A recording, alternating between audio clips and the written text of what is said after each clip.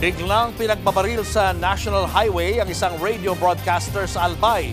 Ang biktima, kritikal. Yan at iba pang balita sa Frontline Report ni Mon Gualvez. Sugatan ng 53 anyos na radio broadcaster na si Noel Belen Samar matapos tambangan sa National Highway sa Barangay Morena, Ginubatan sa Albay. Ayon sa mga pulis, nakamotorsiklo si Samar ng pagbabarilin. 9 na bala ang tumama sa biktima.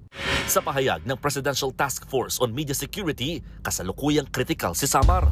Tinamaan siya sa dibdib at tiyan. Kasalukuyan siyang ginagamot sa ospital. Kilala si Samar sa kanyang political commentaries kaya tinitignan kung ito ba ang motibo sa krimen. Tinutugis na ang salarin. Kayong dalawa inuhuli namin ha, sa paglapag sa R18591 ha, sa kareklamo sa motor napping. Magkasamang inaresto ng mga pulis ang dalawang lalaking yan sa Barangay Kulyat, Quezon City. Nagnakaw sila ng motor na nakaparada sa ospital. Tinutukan pa nila ng baril ang biktima sa katumakas sa kayang nakaw na motor. Nagsumbong naman sa mga pulis ang biktima. Nahabol ang mga sospek at nabawi ang motor. Nakuha rin ang baril na kargado pa ng bala.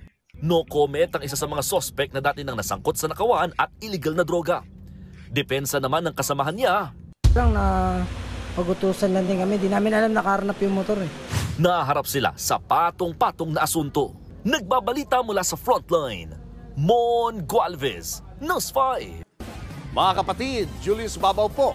Para sa komprehensibo at makabuluhang balitaan at talakayan, mag-follow at mag-subscribe na sa social media pages ng News 5.